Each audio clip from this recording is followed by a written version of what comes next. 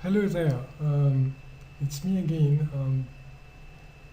Trying to explain and trying to give another example of how to use our RezMela application. Recently in the news, there's been a lot of stories about the Elk River Chemical Spill, and I thought that it would be a great opportunity to try to use RezMela to create a virtual model of the situation.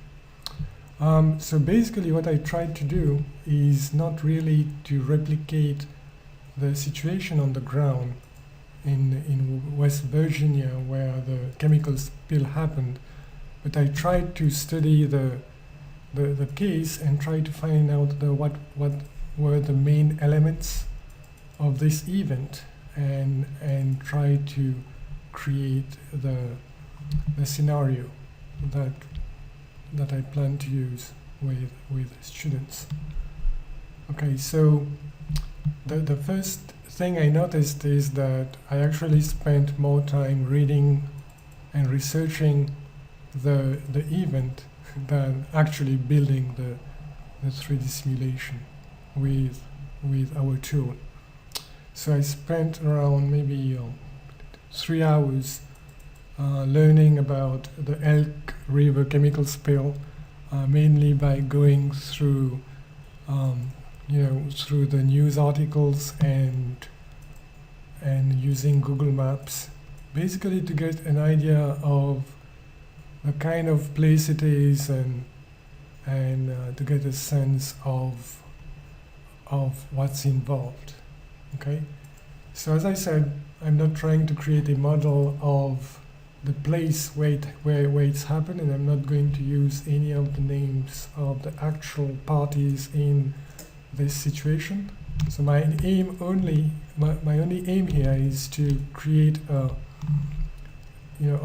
environment and use it as a tool for learning. So what are the main elements? There was a chemical storage facility. That's what you can see here, and then there were chemical storage containers, and they were containing actually MCHM, and this is actually 4-methyl cyclohexane methanol, and you can see the NFPA symbol that's associated with that. So you have a leak here, and the chemicals are flowing into the river. And you have downstream water treatment and distribution facility. Of course, in the real event, it's much larger, and it's used to distribute water to a very large population, 300,000 people.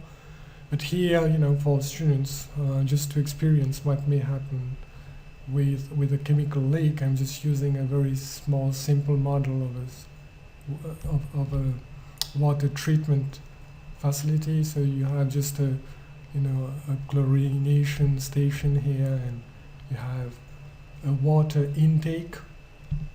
The water coming in through the river, and then it's being pumped out to be distributed to the residences and the houses, and you have water coming out through a tap in a house. So that's basically what we were trying to do. So that's the 3D scenario that I constructed very quickly. Probably took me around 30 minutes using RezMela, because all the assets were already available in the library, and I just had to select and click on the board. First put the terrain in, then increase the level of the water at the buildings, at the tanks, at the lakes.